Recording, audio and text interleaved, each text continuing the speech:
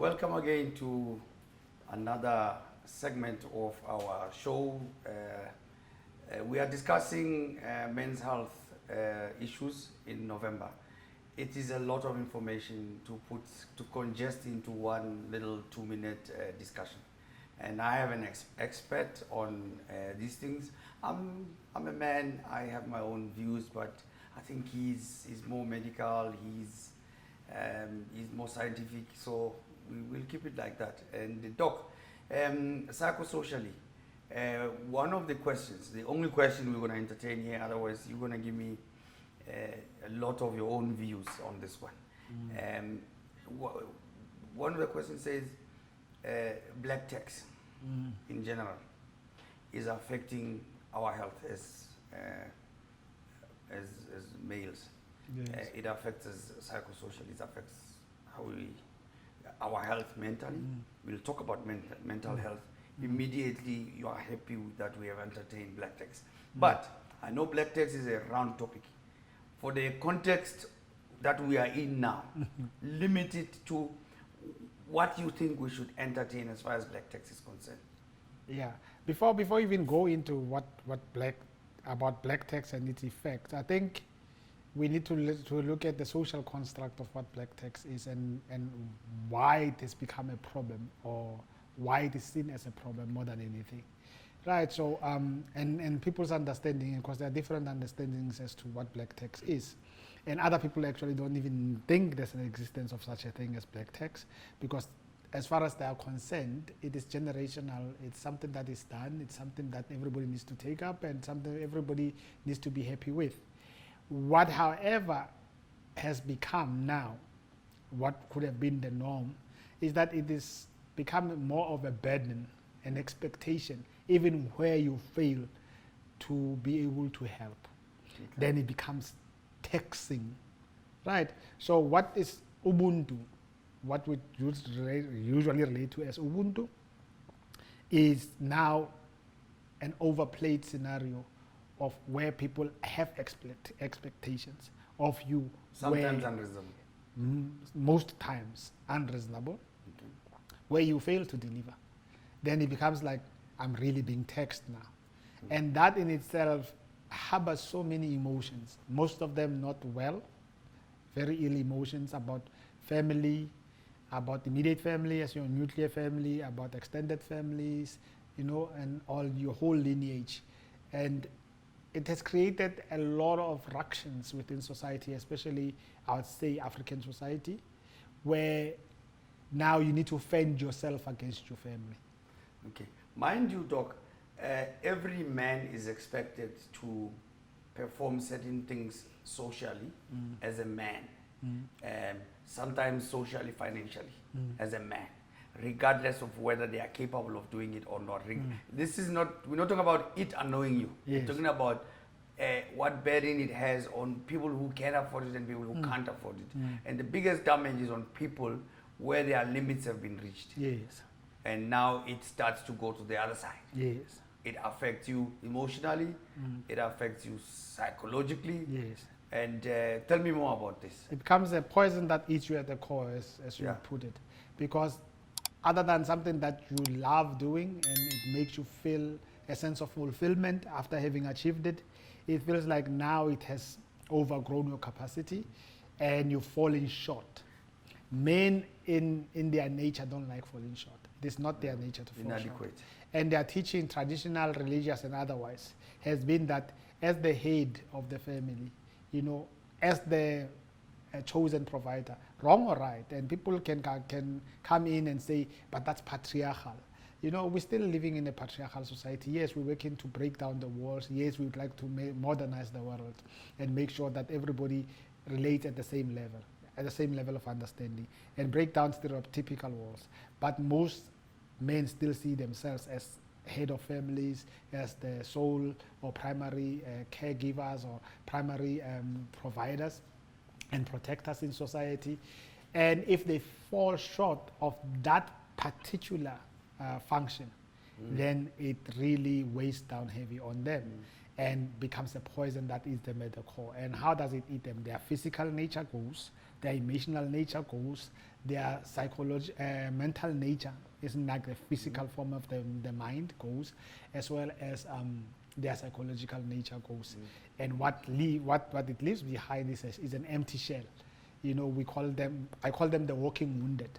Oh, Doc, we spoke previously about how mental health or the unwellness, the compromised well-being of a person physically and to a certain extent mentally can affect their manhood, their performance sexually and so on.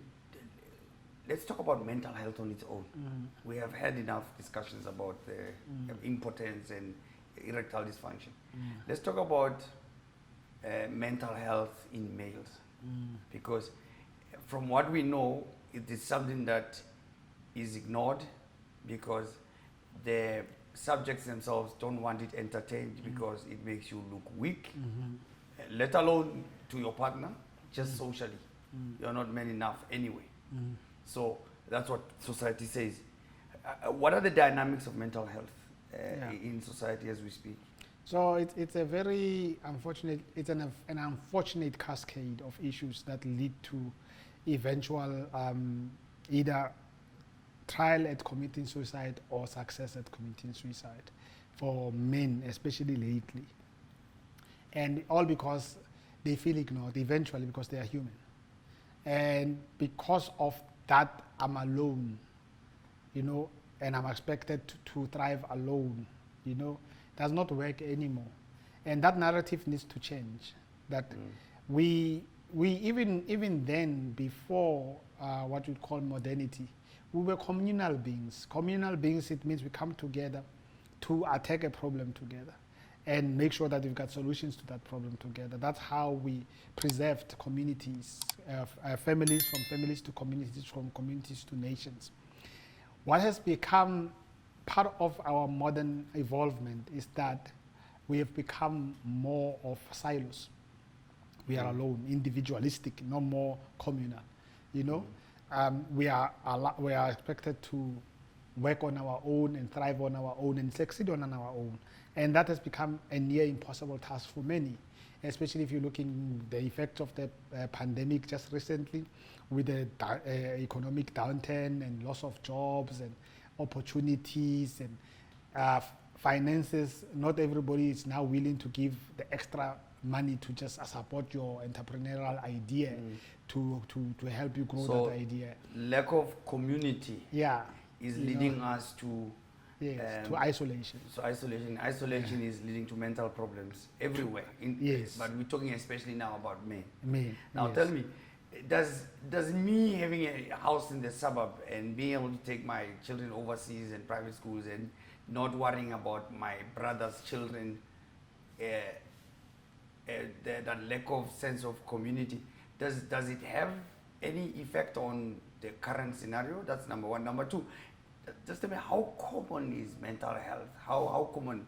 Not specific statistics, but how common is it? So I'll answer it backwards. Mental health, especially in men, is much more common than we care to say or care to acknowledge. Because, like you said, men themselves keep it to themselves. But how do you know that there's a problem? Is that there's a behavioral change. But that behavioral change is not only restricted to that man. It's now related to the whole community. From their family, they become dysfunctional. He becomes dysfunctional, family becomes dysfunctional, community becomes dysfunctional, nation becomes dysfunctional. There's a dependence on uppers, like alcohol. You know, it makes it okay. So we say we drink for fun. We show friends that we buy expensive alcohol, but actually we're hiding a problem. Part of that is that my friends will know I can buy expensive alcohol, but I know I'm treating a problem. So they never see it. They are happy to drink the expensive alcohol. The show-offism that comes with it. The show-offism that you related to earlier in your question about houses in the suburbs, children in private school, having medical aid, having money, having all sorts of well-to-do things, has brought pressure on people who cannot reach that level. Now, they judge themselves harshly. They feel judged and they still judge themselves harshly. And that has brought up levels of depression to the levels that we never knew before. It has brought up subclinical mental issues that were never there before, because some of them were really controlled. But now, because of the stress and the pressures and the dysfunction, now they've all come to the fore. And how they've come to the fore, then you've got manic depressives expressing more, major depressives expressing more, social disorders, people with personalities disorders expressing more, They call them narcissists. Yeah, these days. even what you see as crime, in society, is actually due to mental illnesses that were subclinical and maintained because everything was well up until a person. Because with mental illnesses, that you'll function to a point, and then when you cannot balance the outside with the inside, then everything falls apart. So when that equilibrium is disturbed, then everything falls apart. And for a person that is not mentally well, it is much more difficult to regroup than a person that is mentally well. Words of encouragement, prayer, taking them to spiritual leaders, to inyangas, to the rivers and the seas to cleanse them, don't work like they would for a normal person who's mentally well. For the mentally unwell, it takes much more because it means crisis management. You need to take them to a person that deals with those issues in particular. They can diagnose them. Once they can diagnose them, they can typify them and classify them. Then they know, do you need psychotherapy? What kind of interventional psychotherapy or just psychotherapy? Do you need medication for crisis or do you need medication for long term? Do you need crisis, then maintenance? Or do you just, from crisis, then you don't need maintenance? Those kind of things. So it is a whole cascade and a spectrum of diseases that have come to the fore. But how they express is how you see the abnormality and dysfunction in society. And you hear the number of attempted suicides or successful suicides, mostly from men. Sometimes it's not just the suicide, unfortunately. It is the femicide. The whole family is killed because he feels like without me they can't survive. I might as well end it all here. Yeah. From where I sit, where, as I asked you about the modernization of families, how men isolate, and because they can't. I mean, it's not cheaper, but it's easier to live the modern life. With an isolated family that doesn't have community in it, than it is to actually include everyone else's. Children, when you live with your cousins, you expect the simple things in life to mean a lot. But when you live in a situation where families are more isolated, materialistic, you isolate yourself from the ones that don't have because you can't afford to put them in the circle.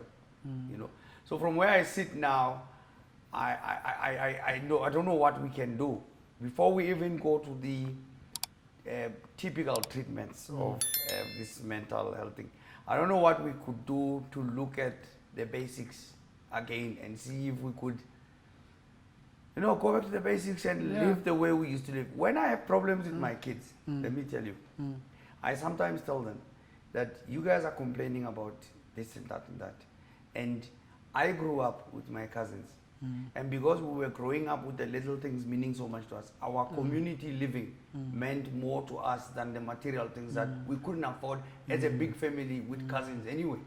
So you guys would do well to actually just evaluate, put more value to the small things than you would to the material things that you think you deserve from me. Yeah, unfortunately, Dr. K, you've got a force fighting with you in that regard, because there's other platforms, especially on the social media front, that are negating that, which what you're saying. What they are putting forward is a sense of wellness that we've never seen. People showing up in beautiful, clothes, cars, phones, at beautiful places, having palatable meals, interacting filters for everything to interacting extra beautiful with important people. Everything it is so overdone and so perfect that everybody else that's not doing that feels like they're not achieving what they're supposed to be achieving. So you've got that to deal with. So that's another aspect where we need to educate the young that this is unreal. This is idealistic. It's like it's a celebrity picture. The most famous celebrity that you know that has maybe 10 million followers. They take 500 photos. Out of that 500 photos, 3 photos are the only ones that will be chosen. Out of the 3, the one perfect photo is taken. So you can understand they cannot afford to take that 500 photos. Everybody wants to look like a celebrity. It does not work. The world does not live like that, does not work on that. But I said earlier, human beings by their nature, they are communal. We are not individualistic. We cannot survive individualistically. It is not possible. How do you know that? Because now we have non-conventional families being formed. Everywhere in the world, people are coming back to community. Why do they need to feel? Because they feel outside, they feel isolated, they feel like they're missing something, they feel that they're not getting to the areas of achievement where they need to be, they feel left out. But when they're in community, they measure themselves against their peer. So those communities, you're referring to social media? No, communities, real communities, okay. Right? They gravitate to real communities, okay. Right? And these communities then give them a sense of being, of normalcy, of being complete, because they are comparing themselves not to the unrealistic expectations, but to their peers. Their peers at their level who have achieved to their level, maybe a little more, maybe a little less. But the pressure is taken out. When the pressure is taken out, then people can do more. You need stress as a human being to function. Stress is a normal catalyst of function. If you are overstressed, it paralyzes you. If you are under stress, it makes you catatonic. What is catatonia? Lack of movement. You literally don't move because you have no inspiration to do anything. So you don't want to be catatonic, nor do you want to be paralyzed by stress. You want the stress that is functional. So we all need a certain level of functional stress. Functional stress that makes us be able to achieve, to be able to carry out our functions as expected, as per our roles, whether you agree that we have defined roles or undefined roles. And we are going there, there's a middle ground. There are those that say we have defined roles and there are those that says we shouldn't have defined roles, but we're gonna come to a middle ground at some point. And at some point agree that we shouldn't even be defining roles. Everybody should be playing a role to their capacity, to their ability to be able to develop further and help the communities in which they develop further. Because the more you develop communities, then that's how you develop a nation. And that's how you deal with, you even can detect mental unwellness amongst your peer early on and advise accordingly. Please go seek help. Please do this and that. I did that myself, it helped me. It is advised that every now and then, maybe every 3 months, maybe every 6 months, maybe every year, depending on your affordability and your time. You just need to go see a psychologist. Okay. And just go and detox. Just go talk. Pay for it and go talk for an hour about issues that are affecting you as a person. That make you feel like you're not delivering to the optimum or to the level of your expectations. Okay. Go and detox with a psychologist. Take a retreat from the normal social media environment, switch it off, deactivate it for a while, be normal with people, engage with your family, sort out issues that can be easily sorted out. The ones that can be sorted out, they can be sorted out. I see you coming up with some solutions now, as we all prepare to wrap up. What are other solutions that you would recommend in order to deal with mental health issues with men? Right. So it is said you can never solve a problem that you don't realize. So you first have to acknowledge that there's a problem. If there's no problem, then what are you solving? Don't fix it if it ain't broke. That's the colloquial straight way of saying it. If it ain't broke, what are you fixing? But if you're saying something is wrong, and this is what is wrong, and this I can't fix on my own, nor my life partner cannot help fix it, and I need professional help. Then go seek professional help. And that professional help has to be tailored to your problems, because sometimes you do go out, and I would, you know, relate to people who've been to professional help and did not find help, but because there was a disconnect, there was a discordance between the person that's attending and the person that's giving. So you need to get congruence between the professional and the one that needs help. Once you have that congruence, then you can figure out solutions. But it starts with the individual realizing and acknowledging that they've got a problem, taking that problem to people that they think will help. And sometimes it can be helped locally because it's not that big. But if everybody else, from your partner to your friends to your family to your pastor to your prophet or your inyanga cannot solve it, take it to the professional who is been trained to look at such problems and then deal with them. And either you need psychotherapy without medication. Psychotherapy can be just simple psychotherapy, basic or interventional psychotherapy, or you can need psychotherapy with medication. Sometimes you need psychotherapy with medication and long-term maintenance.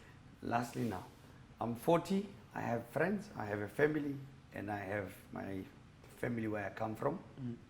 I have wife and kids, maybe a kid or whatever. How do I deal with this so that it does not become a problem?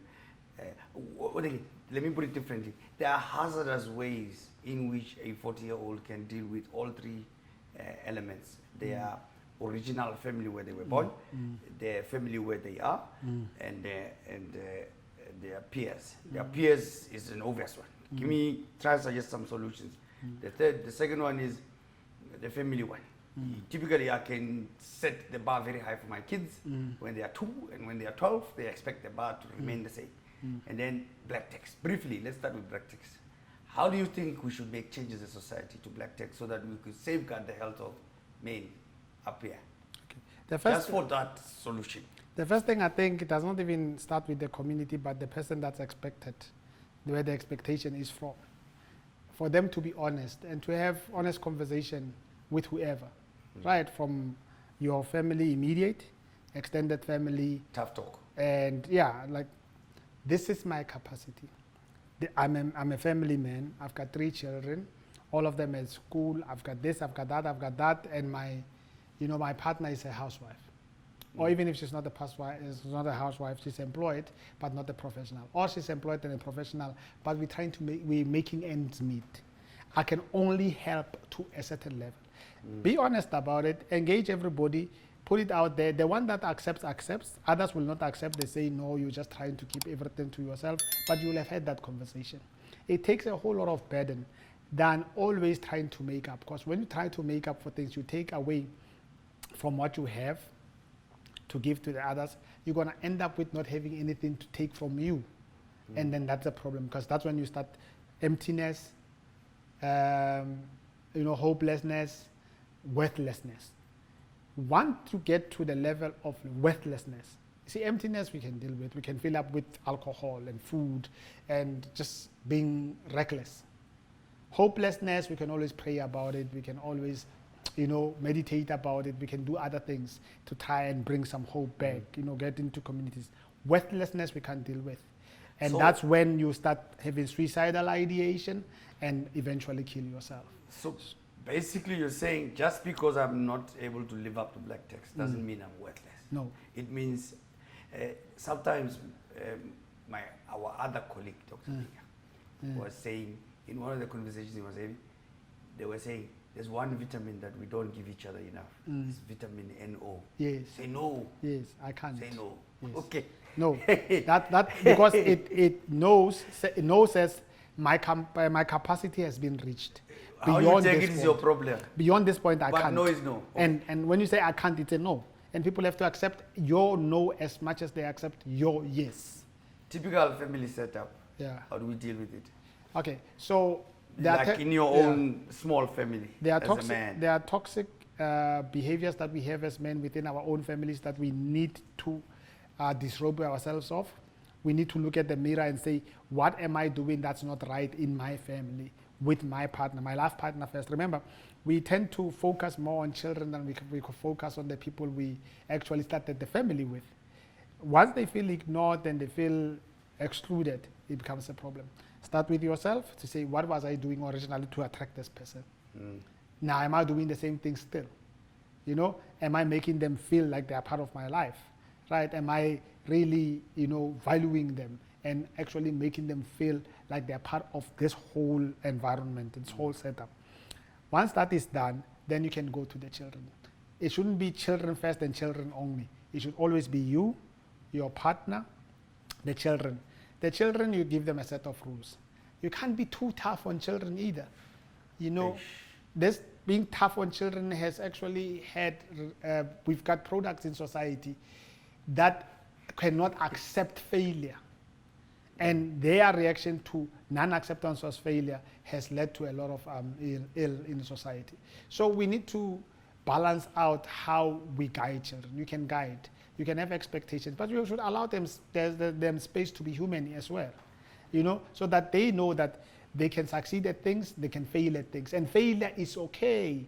Dad will understand as long as it is not deliberate, as long as it is not repeated ad nauseum to a point where we don't think it's even, you're not even trying anymore because you're thinking that will always come in and rescue you. I don't know if you'll call me hard, but I recently said to my kids, eldest is 23, I'm a single dad. I said to my son, he's trying to finish his studies, and I said, 25, we out. Yes. So him and I like the fact that I had to act hard inside before I let it out, but I like the reception I got. Yes. When we converse, he says, let us together do this way, because remember at 25, I also want to be financially independent. Exactly. So I started hard on him, but I like the way he's received it. Yes. So, and the others have time so they can plan ahead. Yes. But he's also said, no, I have pride. I want to be my man, my own man when I'm instill values, give them the tools, help them, where you can, where they need help. Do not do for them, be a partner in what they are doing. Make them feel that they can achieve it. But even if they don't achieve it, it's not the end of the world. Maybe this is not the one. They can achieve something else. Not everybody is going to be a nuclear physicist. Not everyone. Finally, Doc. Yes. Yeah. Finish there? Yeah. I think it was Martin Luther King who said, if you're going to the man that works on roads. Street sweeper. Yeah, a street sweeper. I think he said his dad said to him. Yeah. His dad used to say, Martin Luther King Sr. Yes. He used to say, I don't know if you're talking about the same. He said, I don't care what you become. If you become a street sweeper, be the best. Be the best at it. Yeah. That's what I wanted to say. Yeah. It doesn't matter what you become. Yeah. Whatever you become, be the best at that, so that when people look at you, they look at, there's nobody that has done it better than you before, and there'll be nobody who will do it better than you after. So be that. Take it up with pride, and do the best you can. And another one that says, be your achievements. Love your achievements, and enjoy achievements as well as your plans, right? And love your profession or your craft, no matter how humble, because it is a real possession in the changing fortunes of time, right? Changing fortunes of time. What was there pre-COVID, that was the thing, it's not there anymore. But what was not the thing pre-COVID is the thing now. The fortunes have changed. So who was rich and who could make rich cannot make rich then now. But who was not rich and now can make rich because of what they had planned or what they were doing before, which was not recognized, but it is now recognized. And just you mentioning COVID, Doc, I just remember COVID has come with its own problems that are mental health related, but that's a topic for another day. Yes. Doc, finally, peer pressure, men and peer pressure. Yeah. I drink whiskey because my peers speak highly of it. I play golf even when I do not have money because my peers say it's the normal thing to do. Yes. A guy that's well made makes me play golf because he's okay, I'm not okay, I have to work every day. Peer pressure, Doc, peer pressure. Peer pressure is everywhere, in every sphere. Let's talk peer pressure among men. Yes, and it starts when we are young, and it will always be there until we are old. There's peer pressure that is positive, and there's peer pressure that Like is the stress. negative. Right. Now, peer pressure that says, bro, we started together. Why are you slackening? Yeah. Why are you slackening? I know you wanted to be, like, for example, you're a dentist now, and you slacken, then you're like, maybe I don't want to do this thing about teeth anymore. And somebody says, but bro, this you talked to me about when you were in standard 7 or in grade 9. You can't slacken now. Look what I'm doing, come, let's go. That's peer pressure that's positive, right? Peer pressure that lets you, that allows you to grow, you know, that works with your skill set, that values you, that affirms you as a person. And that is peer pressure that is destructive. Learn to know the difference, right? The difference is that this one, you will not be any better after engaging it. You will probably be worse. So if you look at your life and you mirror it against your dreams, your goals, your achievement, and you see that you have retrogressed, then that peer pressure is disruptive, it's destructive, it is not positive, it's negative. Get out of there. If it is peer pressure that says, I thought I'd be able to buy a house in 10 years, I bought it in 5 years, that's positive pressure. I thought I'd get a promotion in 6 years, but I got it in 4 years, that's positive peer pressure. I thought I would not be able to get that degree, but I got it now. You know, that's positive pressure. And all other things, and they don't have to be academic, and they don't have to be material, major life achievements. It's all about how you've become less violent, you know, less criminally inclined, you know, less naughty, less reckless. You've become better as a person because of the person that you're with at the time, because they positively influence you to be good, to do good, and to do good by others as well, and to always want to see others do good. When you, Dr. K, can go back home and say, I've seen that guy, and I've been that guy before, and I can see the course they are following is destructive, and go say, let's talk. Let me take you from there to here. Brothers show for you, life. right? Show you the way, encourage you where I can, support you, and they become better. You've done well. If each of us could do that, we will then move society from destruction to development and you know, positive evolution. So peer pressure should be positive all the time, never negative. Doc, we started with physical well-being. We came to psychosocial issues. We came to mental issues to do with men's health. And November, I think we have given you enough attention. Our next topics in December will begin with World AIDS Day. To our audience out there, we have started, we are here for you. And please go to our socials, give us as many questions as you can. We will call as many experts as we can. Yes, there's COVID around. We will not sleep on COVID. Believe you me, we will entertain it as well. Okay. Dr. Jez Party. Thank you, man. Thank it's you been very good, much. an afternoon well spent, and I hope we have did our little bit to help the community, especially the community of men. And we hope that they will go and seek help when it is necessary, and men will not judge each other. They will create safe spaces for each other, and they will grow together and help each other develop for the betterment of society. And I'm thankful that I was here to co-host as well as be the expert in certain matters. And I hope that anything that I have said was simple enough for them to understand. And we will keep on giving them what they need. For as long as they ask the questions, we will give them the answers. Ask the doctors. That's what we are here for. Thank you, sir. And if you are over 40, it's always necessary for you to go and have your checkups. I am Dr. K. This is Ask Your Doctors, Ask Away.